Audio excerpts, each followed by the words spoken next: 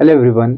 ये जो वीडियो मैं आपको आज दिखाने जा रहा हूँ, एक क्लिप इस वीडियो में आप देखेंगे जो झारखंड कंबाइंड ग्रेजुएट लेवल के एक एस्पिरेंट की वीडियो है, जिसे देखकर मेरा दिल है जो बहुत ज़्यादा तकलीफ़ में आया और मुझे बहुत दुख हुआ और मैंने सोचा कि ये वीडियो मैं आपके साथ भी शेयर करूँ।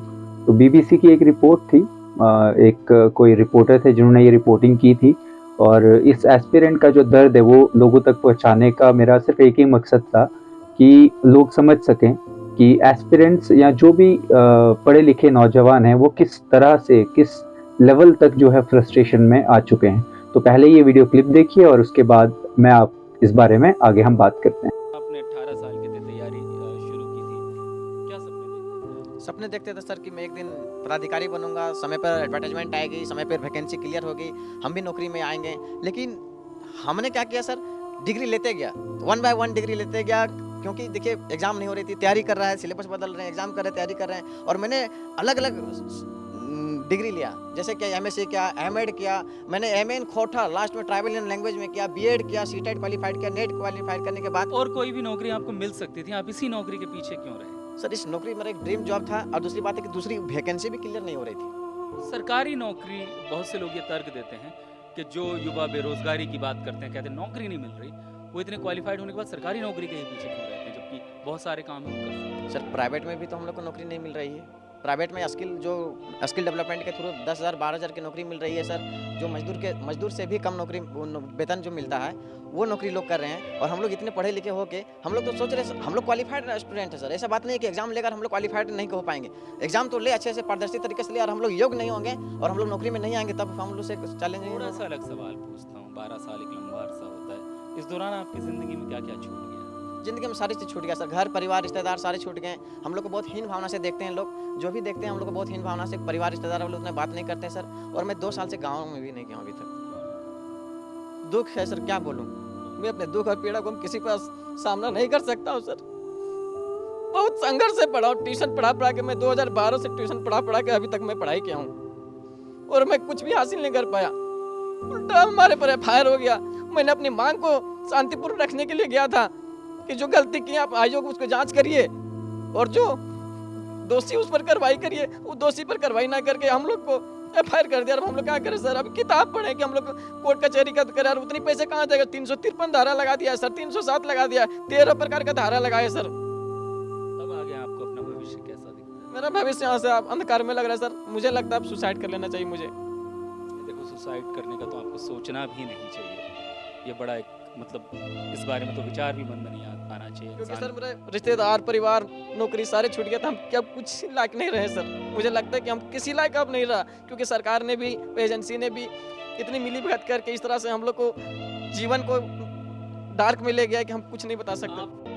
आई am sure if you are a human, अगर आप एक इंसान हैं और आपके अंदर अगर जज्बात हैं तो ये वीडियो देखकर आपको भी अफसोस होगा।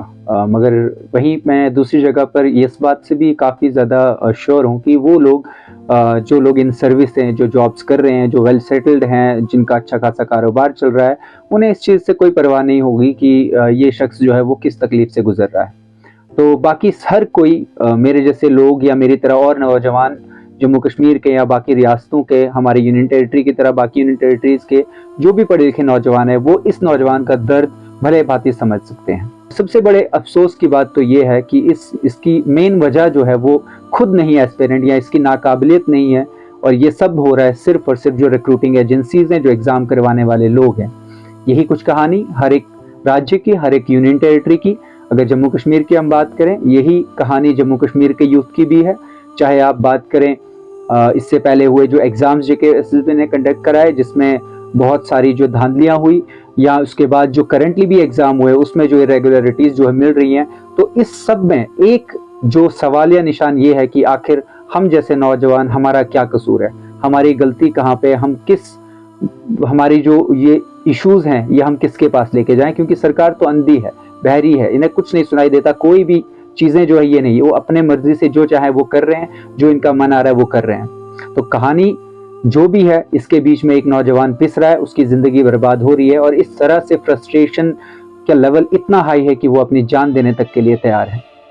तो इसके बारे में सरकार को सोचना होगा, खुद उन एजेंसीज को सोचना होगा कि हम आखिर ऐसा क्या कर रहे हैं और ऐसा क्यों कर रहे हैं। तो ये वीडियो इसीलिए मैंने बनाई कि लोगों तक ये बात पहुँचे, ये मैसेज पहुँचे और उन एजेंसीज तक, उन ऑर्गेनाइजेशंस तक, सरकार तक ये बात पहुँचे कि ऐसा ना करें, इस हद तक नौजवानों को ना सताएं।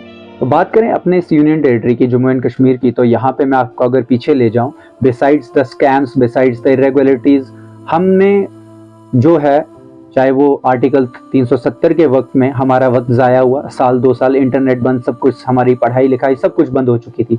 उसके बाद कोविड आ गया, 2 साल उसकी वजह से भी हमारे वेस्ट हुए। और उसके बाद जो हमने देखा कि पोस्ट निकली, हमें कोई एज रिलैक्सेशंस जो है वो देखने को नहीं मिली।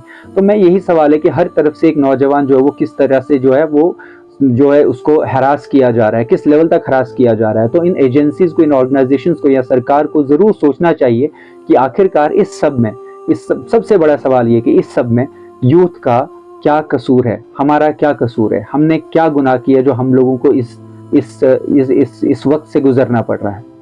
दूसरी तरफ हमें कुछ ऐसे लोग भी मिल जाते हैं जो ये कहते हैं कि अगर आप इतने ही पढ़े लिखे हैं तो आप सिर्फ गवर्नमेंट नौकरी की तरफ आपका रुझान क्यों है। तो मैंने बता दूं कि एक प्राइवेट नौकरी में वो काम जो एक अनपढ़ इंसान करके 10,000 15,000 कर रहा है, वही प्राइवेट कंपनी हमारे जैसे वेल क्वालिफाइड, एजुकेटेड, मास्टर्स किए हुए, पीएचडी करे हुए लोगों को एक मजदूर से भी कम सैलरी दे रहा है। तो आप बताएं कि हम किस तरफ जाए, हमारा रुझान किस तरफ रहेगा, हमारे पास क्या ऑप्शंस है, हमारे पास क्या चॉइसेस हैं।